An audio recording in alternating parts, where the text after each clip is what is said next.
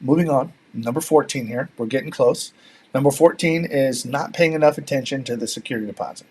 Now, I know we just talked about that when it comes to knowing some of your state laws. I did use the security deposit for for that example, but not paying enough attention to the security deposit, you have to understand as a landlord, the reason that you have a security deposit is so that you can hold that money in exchange for the tenant releasing the property back to you in as good a condition as you gave it to that person in, minus normal wear and tear.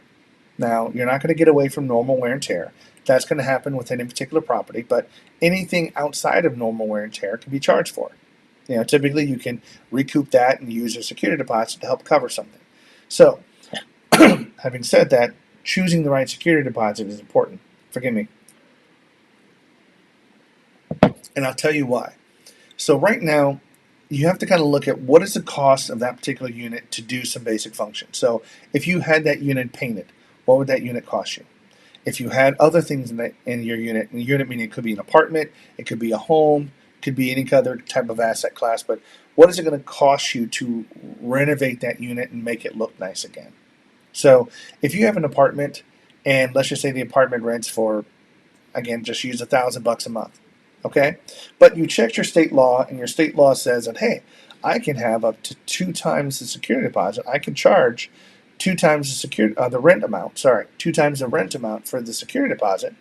Interesting. So when you're doing this, depending on how nice your unit is, you may require a larger deposit because it might cost you $1,500 just to paint that thing, in case somebody goes crazy and start damaging the walls and you need to go back and repaint, or damaging some of the floors and stuff like that. What I'm trying to get at is $1,000 may not always be enough to cover the damage. There is the possibility that somebody can not take all of their stuff out here. Now, again, I'm kind of diverging a little bit, but whenever somebody moves out of one of our units, we have a letter that we send them that just says, hey, we want to give you your security deposit back. In order to do so, here's all the items that we want you to complete with regarding the home, checklist all the way down, even to the point where, like, leave the utilities on. So do not shut the utilities off so that we can't test things on your walkout. You have to keep the utilities on, even up to the day that you move out. But here's how we want the unit. You need to clean this. You need to clean this. We don't want any of your stuff left behind. Just all these other little things. And as long as they do that, then you're telling them how you want them to give you your rental unit back to you, to make it as minimal on you to renovate it and get it fixed back up. Not everybody's going to do that. Things are going to happen. Somebody's going to leave. They're going to leave couches and dressers and TVs and just junk there in your unit. So you're going to have it cleaned out. Somebody's going to have to go get a dumpster or get a truck or something to throw that stuff away. Then there's the renovation of the walls, the painting, the cleaning it up.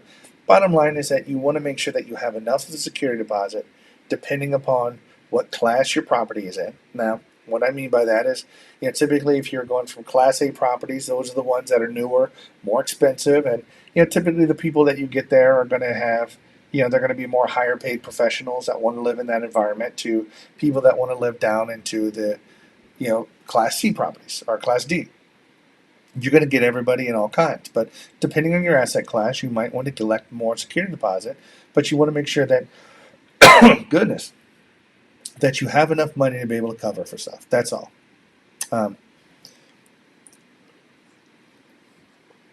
But when you're doing this, you want to factor that in on how much, if they did damage anything, to cover it so that you're not necessarily having to go negative. Their security deposit will handle it. But you also need to find out from the state how much you're allowed to charge them, because you don't want to be in violation of that. And then whenever you give it back to them, let them know that here's what I'll be able to get it returned to you. So I'm just giving an example here. Depending on your state law, may be different. But if your state requires that you give it back within 30 days, when the tenant moves out, you can simply let them know that we will return your security deposit within the next 30 days per what the law requires. And that way you've answered the question. Because believe it or not, the tenant will ask you, when are they going to get their security deposit back? Some of them will actually want the check whenever you do the move-out inspection and they move out. They'll want it right then, which we don't do that. We just don't. because there may very well be damages and so forth, and it just takes too much effort to get money there. And anyway, we just don't do it. There's several reasons why, but it doesn't have anything to do with the mistake that we're going over today. So, not paying enough attention to the security deposit, that's one thing that I want to make sure that you do, because the whole goal about being a landlord is to make money, period. There are other benefits of, tax reductions and other things that we can get, but ultimately being a landlord, you want to make sure that you make money.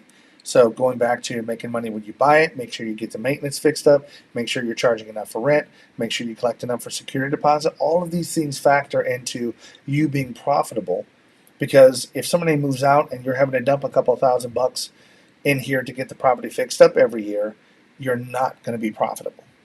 Okay, I can tell you that right now. You're not going to be profitable unless you're charging an enormous amount of money on the rent, because all of the money that you're collecting, or I'm sorry, all the money that you're paying at the end of the year to get the property fixed up is pretty much wiping out all the profit that you just had that year. So, but if you follow the right rules, regulations, have enough security deposit, you can cover those expenses, legally, and then those aren't things that you have to be out of pocket for.